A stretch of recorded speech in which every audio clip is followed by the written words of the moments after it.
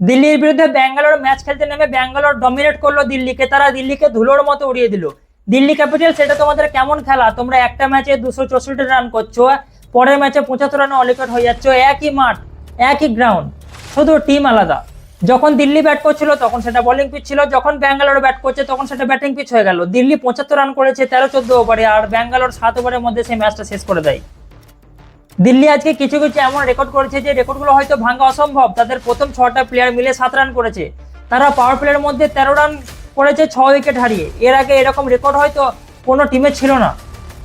এটা তোমাদের কেমন খেলা? ম্যাচ হারার পর অক্ষর প্যাটেলকে যখন প্রেস কনফারেন্সে জিজ্ঞাসা করা হলো যে এটা কি, তোমাদের সাথে কি হলো, অক্ষর প্যাটেল বলছে যে আমাদের সাথে কি হলো আমরা নিজেরাই জানি না। ভাই, এরকম ডমিনেটিং পারফরমেন্স হয়তো আমি খুব কম দেখেছি। ব্যাঙ্গালোর লিটারেলি দেখিয়ে দিচ্ছে যে তারা ডিফেন্ডিং চ্যাম্পিয়ন, আর তারা এবারও চ্যাম্পিয়ন হতে এসেছে। তারা তাদের কাপকে ডিফেন্ড করতে এসেছে, তাদের সামনে যারাই আসবে তাদেরকে কিন্তু তারা ধুলোর মতো উড়িয়ে দেবে।